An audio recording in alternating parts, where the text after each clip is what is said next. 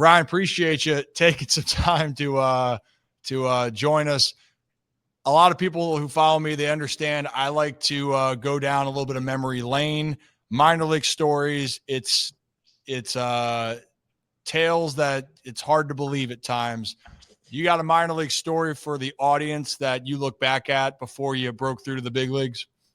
Yeah, I think, nowadays guys have it a lot better, and rightfully so. The circumstances used to not be so pretty, in the minor leagues. But my first spring training, me and five other guys were in this, little townhouse in Jupiter, and it was described as having four bedrooms on the listing and an office space. So four guys are, having their own bedrooms. I was like, all right, I'll just put a mattress in the office, like it's fine, talking to the realtor. And when we show up and it's on the second floor, as soon as you get to the top of the stairs, it's literally like a step up from the stairs, like a closet, and it looked like they just took out the doors. So it's literally big enough for a twin size mattress, and that was my bedroom for spring training that year. And I just That's what you yeah, thought pro ball was all about, huh? yeah, I was like, what am I doing? I'm literally sleeping in the open in the hallway on a twin size mattress that's, you know, like 2 inches thick. I'm basically laying on the floor. You know what? It's a special place. And you know what? I'd say that builds character. The kids got it too easy nowadays. I tell some of the guys coming through the system, man, you don't even know. I'm just kidding. It's a fun process. Yeah. But until like you're in Batavia, New York, you ever been to Batavia, Ryan? No, never. Oh well, I'm sure the great people. We had the grounds crew head had a ankle bracelet on for some type of home arrest, and there was a giant hole behind first base where I played first base, and then the beds. I had to get change rooms because we had bed bugs. Mm, But that's what that made me into the man I am today. yeah. At Yeah. 32 years old, I would Yeah. not, I would not have been here without those memories. Um, you know how I laugh with all this because my goal here is for people to understand a little bit more about you. And you've had a journey here so far. Um, did you think in the last year and a half that the process of being traded to free agency, did that ever really kind of cross your mind that it would happen the way that it did? Or was this, you were kind of learning as you went in the moment? Yeah, I definitely didn't envision it happening the way it did, having probably the toughest, 3-ish weeks of my career, it was just kind of a bad timing moment there to happen a month before free agency, and to be on a team pushing for a playoff spot. So obviously not ideal. But yeah, I mean, a year ago, honestly, I thought I was going to be traded after the season, but went back to the Cardinals.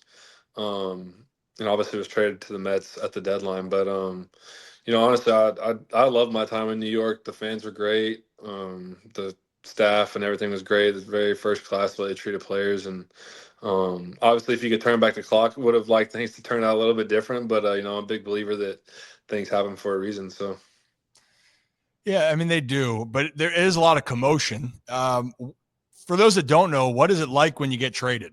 What was that experience where you probably had an idea, yeah, but where yeah. you're sitting there like, all right, yeah, it's going to happen. And your teammate, Cedric Mullins, said he and I are close. And, you know, we had conversations leading up to it of like, you had an idea and then you were just kind of waiting. Did you have that kind of moment as well? Was that pretty similar? Yeah, I had an idea because I didn't throw the whole last series before the trade deadline because they had kind of mentioned that they were going to stay away from myself and a couple other guys that they were getting phone calls on. So had an idea, and then obviously I've been with the Cardinals for 11 years and 7 in the big league. So at that time, it's like doesn't seem real still, even though you have an idea, because you've only been in one spot the whole time, and they called and said it was the Mets and. They're see you to you got to pack all your stuff up and head out the next day. But it's pretty crazy, honestly. You travel all the way across the country, switch teams, switch locker rooms, go to a whole new environment, all within 24 hours, and just pack up everything that belongs to you. It's pretty crazy, living that out. And I didn't really have a great appreciation for how hard it really was, I guess, until, you actually live it, which I feel like that's most things in life. You learn a lot of things the hard way. So, um, but overall, I liked it there in New York. Yeah. It's always seems simple by, hey, breaking news, Ryan Helsley's going to the Mets. Great. That's exciting. Awesome. The player, Ryan Helsley, has to pack up. You're excited, but it's a new environment. You're trying to make sure everything else is the right moving parts. Family, friends, people coming to see you, finding a new spot. It's a process. Oh, and then by the way, you're being brought over here because we need you to help us win. Mm-hmm. Like it's the whole part of it. One thing I'm curious with you, was it a little bit challenging to be switched into different roles in that case? Like, because you were going over there in that bullpen, I'm going, oh my God, like it was you, Diaz, and was it Rogers, Zach? Mm-hmm. Yeah. So what was that transition kind of like? Because I always tell people it's nice when you knew your role was. When you were at the Cardinals and you came out of that bullpen, I'm like, damn, that I know who's coming out to close the game. Was Mm-hmm. that a readjustment for you at all, out of curiosity? Yeah, it was definitely different. As a closer, you're super, you know, routine oriented, and you have, like I knew what I was going to do in the first inning all the way to the ninth inning, and that was every day. And but when you go to kind of like the setup role or just a back end role, not the closer, you got to be ready from sixth, seventh, eighth inning, and then so it was a little different in that sense. But obviously, getting ready and stuff, I always felt like I was ready, but more so trying to wrap your mind around covering multiple innings versus just the one, if that makes sense, Yeah. because you're so dead set and focused on just getting 3 outs in the ninth, majority of the time. Sometimes you're obviously asked to go back out, but, when you're that guy, get a phone call in the sixth, hey, get hot, all right, sit down. Phone call in the seventh, you got a guy on, all right, get up again, whereas a closer, you're never doing that, 95% of the time. Like, obviously there's circumstances and the playoffs are different, Yeah. but most of the time throughout the regular season, you're never doing that. So that was an adjustment period again for me, which I wasn't feeling comfortable with it because obviously most closers come up and you're not the closer right away as soon as you debut. So you go through that kind of stuff.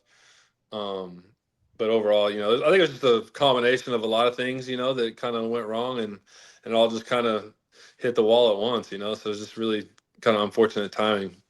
Yeah. I mean, but look, people think you have to be perfect, by the way. I think being a reliever, especially if you're not the closer, you don't get the glory.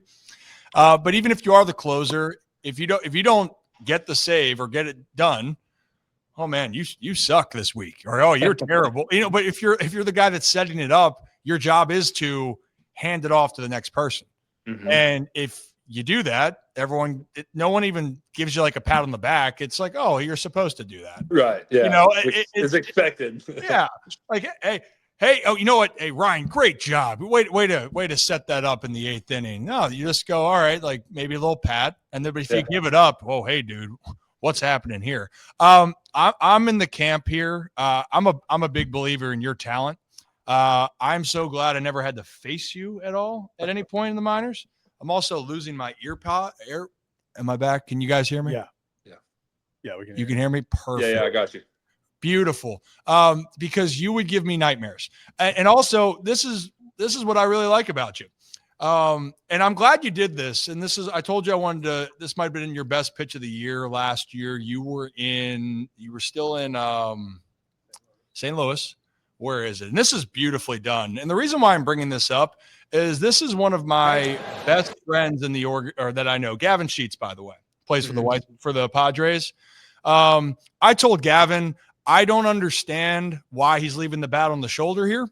But then you're going to throw this 102 mile an hour fastball right on the corner. Yeah,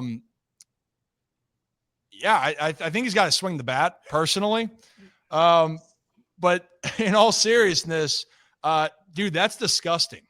Like that's I know that it didn't go the way that you hoped for in New York, but can you make a better pitch than that?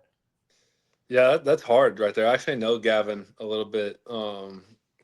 We had the same agent for a little while, so I got to know him through him, and we became friends. And obviously you get to know guys the longer you play in the big leagues and stuff. But shout out to him for having a great year last year. That was really cool for him. But yeah, I mean that's a great pitch. I wish I could do that every time. But obviously we're humans, and that's not the way it works out. But yeah, when you make pitches like that, it feels really good.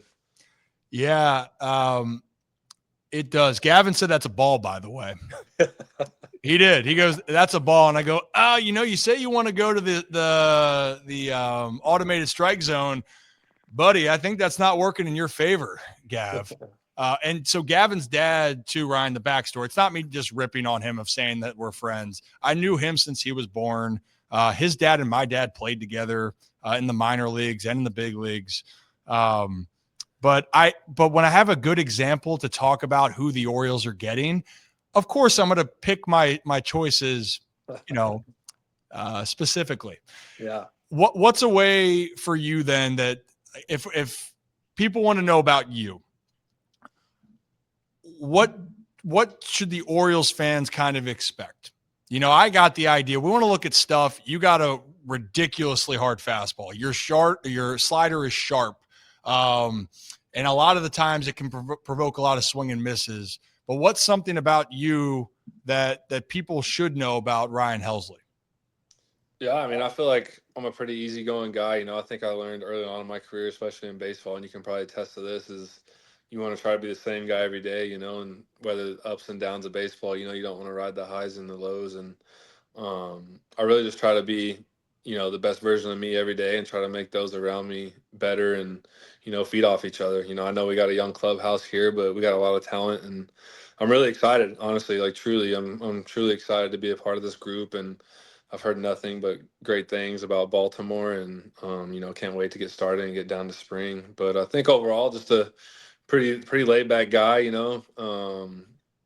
then during the game, obviously it's a little different. All the nerves and the juices get going, and got to focus in and lock in. But I think overall, pretty laid back and mellow guy. Yeah, Zach, you got a follow up? Yeah, Ryan, you just talked about, the young team and everything. And obviously, as I'm sure the AL East is super fun as you face Aaron Judge and the Yankees, the Toronto Blue Jays with Vladimir Guerrero. They just went to the World Series. The Red Sox are this fun up-and-coming team with a ton of talent. The Rays, we always joke about, it doesn't matter who they put on the field, they'll win 80 games. As a competitor, how excited are you for the challenges of facing these top guys and these top teams to compete to hopefully in Baltimore get back up to that 9,500 wins to win the AL East and stuff like that and compete against the best of the best? Yeah, super excited. As you said, this division is very talented, top to bottom, and there's going to be no gimme games. And honestly, it'll serve us well, throughout the course of the season, and we're going to be challenged. 50% of our games, at least in our division, are going to be really good. So that's 80 games of 162 that are going to be dogfights. So if we can come out on top and make the postseason, we'll be tried and true through that. And, I think it'll be great for these young guys who've kind of struggled last year, and myself too. I struggled last year. So to kind of pick each other up and, build for something and, give the city of Baltimore something fun to watch and a good product. I think going to New York last year, being in the hunt, and we basically played, 60 playoff games down the stretch because we were leading it and then we kind of lost it. We were back and forth, and played Philly a bunch right there and played Atlanta, and we had a lot of fun games there. Played Detroit, down the stretch. So a lot of good playoff teams. And but I think going forward this year, there's a lot to be excited about with our team. I honestly think you learn a lot through the failures more than the successes. When things are going well, you get in cruise control. And I mean, for you, looking even by your numbers and stats wise, like you were in cruise control the last few years. Like I'm sure, yeah, you had some hiccups and sometimes you wouldn't have the outing you wanted, but overall you were consistent. You were damn good. You get the reality check for what happens last year, but also that happened here in Baltimore, by the way. I think sometimes when you feel really good about yourself as a team and people tell you how good you should be, you still got to go out there and walk the walk. And I think it's a perfect storm. I think that's why you're going to fit in here well. And I think you coming from St. Louis, I think you're to find in Baltimore, people love their baseball here. Like they're going to live and die by the birds. And I know that's how it was with the Cards. But now I got to ask you, like, what type of food do you like? You're coming to Baltimore here. what do we like to eat here? Are you a seafood guy at all? It's okay if you're not. I just kind of have to have an idea. Yeah, dude, I'm honestly not picky. The only things I don't really like is like cottage cheese and sour cream. So I'm not picky at all. I'll eat whatever. I was actually gonna see what you guys were gonna say about what's the best spots to eat here in Baltimore and see what you guys could give me. Well, there's a lot here. So, Yeah. there's a ton. So for brunch or whatnot, a lot of the guys on the team go, but Iron Rooster right here, that's my group. And yeah, Zach has the sweatshirts. Good sweatshirts. Kyle's the man. He's the owner of the place. I will definitely find a way to connect you two. We do this show in here live, and we'll even cook in here, by the way. But he, yeah, hey, one of these days you ever want to come in here and see that in action, Zach can tell you. They don't call me Chef Rip for scary. Okay. Trying to flip an egg with this guy, it's a little scary. Okay, easy. Truth comes out. It's so great you're here today, Zach. We can tell Kyle no cottage cheese, no sour cream. By the way, how did you find out you really didn't like? That was very specific. Hey, I'm not picky, but I really don't like cottage cheese and sour cream. I think it's more of like a texture thing with cottage cheese. I've only tried it like once. Yeah. And sour cream, probably just the bitterness of it, I guess, I just don't really like it. Don't really care for it. Probably a texture thing too. Mm-hmm. So yeah, just those two things, man. That's really it. Yeah. Okay. That's good to know. There's a lot of places that can avoid that as well. I know that people talk about a lot here, like Jimmy's Seafood, you'll definitely probably go to. But if you want like a lot of the local spots in and out of the neighborhoods in Baltimore, Hamden's got a ton of restaurants down in Harbor East where I think did you ever come to Baltimore with the Cardinals? Yeah. We stayed down there. Yeah. So there's a lot of places right down there. Yeah. And actually we're a stone's throw away from where you stayed. Oh, nice. Yeah. I'm big into coffee. So I'd walk over to that Ceremony coffee shop, from the hotel. I lived in that building right next to it. Yeah. Great walk. Great. Yeah. It's nice. There's some good spots. So you know what? I'm going to write down a list. You just you a lunch or a dinner person or breakfast person most? Like what's your favorite? Spots to eat, probably a dinner, but like dinner and coffee shops, I'd say like the biggest thing. Are you like an Americano type of guy, or do you like to mix it in with a little bit of, almond milk? No, I don't like almond milk. I'm more of a whole milk type of guy. I want all the protein and the fats that I can get, Yeah, that actually checks out when you say that.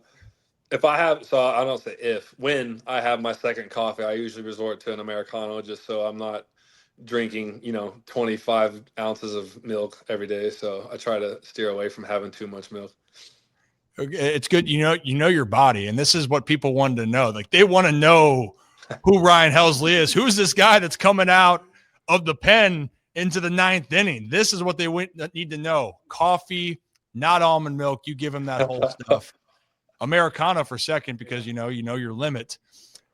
You seem like a laid back guy, relaxed. When you come out of the bullpen and Hell's Bells is rocking and rolling, do you get jacked up when you're about to go pitch? Like are the juices flowing, or what goes through your mind when that happens? Because I got to say, dude, that's electric. That is elite. And I think of all the things for fans. They lost Batista, right, with the injury, and Felix was one of my teammates as well. And they were really excited about the Omar whistle when he'd come in. Mm-hmm. But everyone would rival and be like, oh, my goodness, I cannot wait to hear. I'm assuming you're keeping this, by the way. Am I overstepping? No. I didn't truly know if that was the right move, like maybe like a fresh start. But I feel like, everywhere I go, everybody's like, dude, you got to keep it. You got to keep it. Like, it's so good. And, shout out to the people in St. Louis that did a great job with it. And also in New York, it's pretty surreal, to be quite honest with you. I think it's like, I know it's my walkout, but I think it's about as good as it gets, just hearing the bells, like when it starts. I mean, everybody knows the AC/DC song, Hell's Bells, but it's the way it starts is just, it's electric, especially when the lights go down. And, sometimes I honestly I got to stop my warm up a little early just so I can bring my heart rate down. Cause it just you get so juiced, it's like, you feel like you're floating out there sometimes.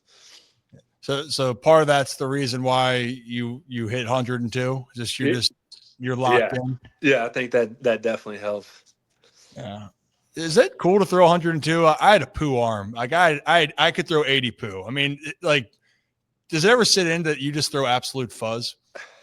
Honestly, don't think about it too much because it always seems like when I try to throw hard, I'm not going to throw as hard as I want to, and it's just been gradual too. I just kind of ticked up every year throughout the minor leagues and even the big leagues. I gained a couple miles an hour too. So maybe there's still some more in the tank. We'll see.